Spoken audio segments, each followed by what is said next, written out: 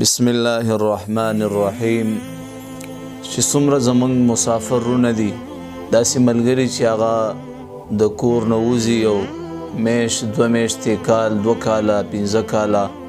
هغه بار مسافري کوي، نو د هغې دپاره دا یو بهترینه وظیفه ده، یو بهترین عمل دی چې د کور د وتلو نه مخکې په کور کې دغه وظیفه